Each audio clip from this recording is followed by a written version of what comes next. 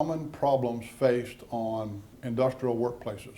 These are problems that are people-based problems, and they are reoccurring, and they cause significant incidents in the workplace.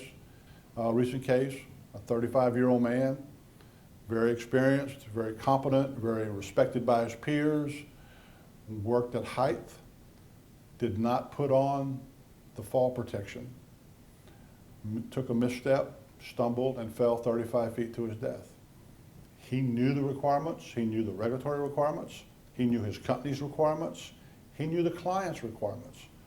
What made him decide not to wear fall protection? Was it distraction? Was it disregard?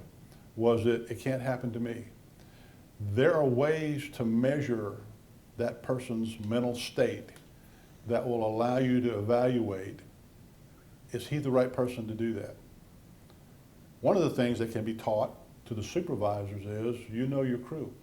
You know how John acts on a normal day. But when John comes in and he's acting in a manner that is not consistent with his normal behavior, that lead person or foreman should say, John, what's the issue?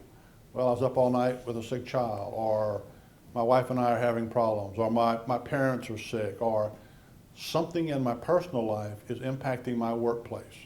That foreman needs to be trained enough to say, today may not be the best day for you to be working at heights, John. You can't stay focused on the job. You haven't had sleep in 24 hours. Let's not create a bad situation. But if that foreman hasn't had that training, or that individual doesn't realize that he can go to his foreman and say, today's not a good day for me, and I am not emotionally stable. My EQ is not sufficient today for me to do the job you hired me for.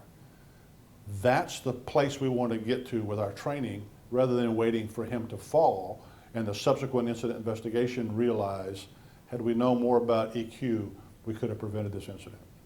We're not training this individual, we're educating him so that all that training that's been pumped into him over the years, he knows how to take that training out and how to utilize that training in his education, where he can be self-aware and he can be socially aware on acceptable modes of dealing with high pressure situations.